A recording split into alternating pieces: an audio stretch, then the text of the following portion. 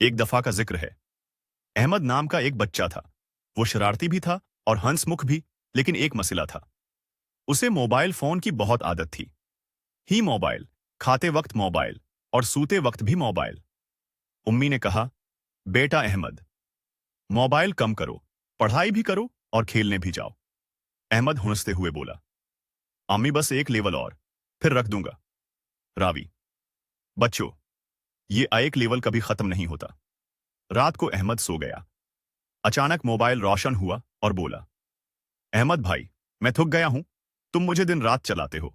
अगर ऐसे ही करते रहे तो आंखें कमजोर हो जाएंगी, नींद खराब होगी और दोस्त भी नाराज हो जाएंगे। अहमद घबरा गया। आवा, मोबाइल बोल रहा है। मोबाइल, हाँ, गेम के कैरेक्टर तो ताकतूर होंगे, लेकिन तुम खुद कमजोर हो जाओगे। अहमद शर्मिंदा होकर बोला, सूरी मोबाइल भाई, अब वादा करता हूं कि सिर्फ जरूरी वक्त पर इस्तेमाल करूंगा, पढ़ाई भी करूंगा और बाहर खेलने भी जाऊंगा। मोबाइल खुश होकर बोला, शाबाश अहमद, यही सही तरीका है। अगले दिन अहमद ने होम वर्क किया, दोस्तों के साथ क्रिकेट खेला और थोड़ा सा कार्टून भी देखा।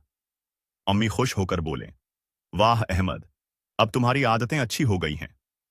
मोबाइल ने कहा, अब हम दोनों अच्छे दोस्त हैं, क्योंकि तुम मुझे सही वक्त पर इस्तेमाल करते हो। रावी, बच्चों, मोबाइल बड़ा नहीं है, लेकिन उसका ज्यादा इस्तेमाल सेहत और दिमाग के लिए नुकसानदेह है। उसे सिर्फ सही वक्त और सही मकसद के लिए इस्तेमाल करो।